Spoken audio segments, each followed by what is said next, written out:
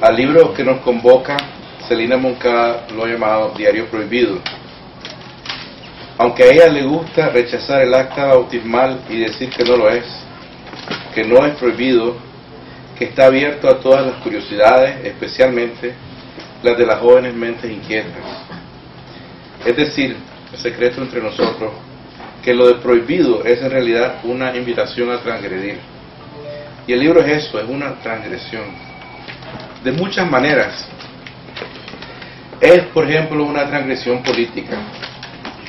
El libro incomodará en Nicaragua seguramente, ya que muchos de los personajes de sus historias o de sus mitos andan por allá vivitos y coleando.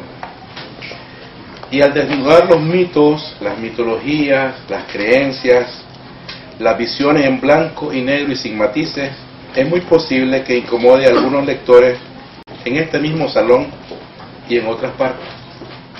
De hecho, quizá incomode al mismo lector a quien agrada, lo cual no es tan difícil como parece, porque la autora hace a través de sus páginas un viaje por la historia y por su propia conciencia, y en ambas, sin duda, hay gloria y pena, sombras y luces, gracia y culpa. Para empezar, Celina nos habla de su adolescencia y juventud entregada a la revolución sandinista de los años 80, de sus motivaciones y sus sentimientos en aquellos años convulsos. Nos lo explica sin buscar votos, es decir, sin hacer convenientes racionalizaciones posteriores, sin buscar elogio, apoyo o perdón. Su propósito pareciera simplemente ser desbrozar el camino a la verdad de falsas ilusiones, de mitos, de los dolores, las frustraciones, los engaños, los giros inesperados de la vida que en el momento desorientan y hacen difícil la comprensión de lo que ocurre. Sin entrar en más detalle, porque la dimensión política del Diario Prohibido es evidente, pero a la vez secundaria, debo decir que este es el primer libro que conozco de un intelectual nicaragüense que de alguna manera haya participado en el proyecto de la revolución, que no se concentre nada más que en actualizar su currículum, como quien dice, creando una revisión de la historia que lo deje bien parado.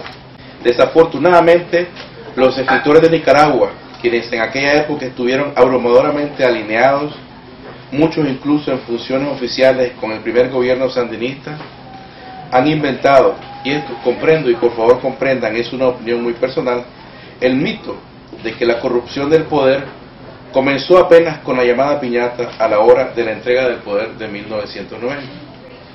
Pero hasta aquí con la política, porque este no es un libro político, y aunque creo que ayudará al historiador, politólogo o sociólogo, el Diario Prohibido es mucho más y mucho más profundo que un testimonio histórico. Es, ante todo, una reflexión extraordinaria sobre lo visto a través de los años y a través del mundo, de las culturas, de las religiones, de las guerras, las treguas, los exilios, las maldades y los amores, por los inquietísimos y honestos ojos de su autor. Reflexión expresada con belleza poética en un lenguaje deliberadamente llano, de una intensidad que la gran poeta Daisy Zamora compara en el prólogo con un tsunami. Y además, sin el menor asomo de petulancia. Escribo, dice Celina Moncada, sin mayor ambición, con sencillez, sin depuración técnica, sin perfección. Yo no soy una intelectual, más bien soy una sentilectual. A mí, cuando leí esta declaración, que aparece en el diario como carta al editor, me causó tal impresión que escribí una contestación, que terminó añadida al epílogo. De ella cito, para cerrar, más como producto de mi pereza que de mi vanidad. Me ha sido fácil dejar de lado tu advertencia de que no cabría esperar sustancia intelectual de tu trabajo, de que tu impulso creativo sería más bien, es tu palabra, sentilectual, modestia o inseguridad innecesaria. cualquier lector mínimamente perceptivo verá correr los ríos de lava subterránea que yo he visto en el diario, las altas horas de esperanza y los abismos profundos de la decepción, las corrientes de dolor que atraviesan la historia y las vidas de todas las gentes, las salas oscuras y las casas dilapidadas, los pueblos en abandono, de aquellas penas que soterramos, porque al final entendemos muy poco, muy poco.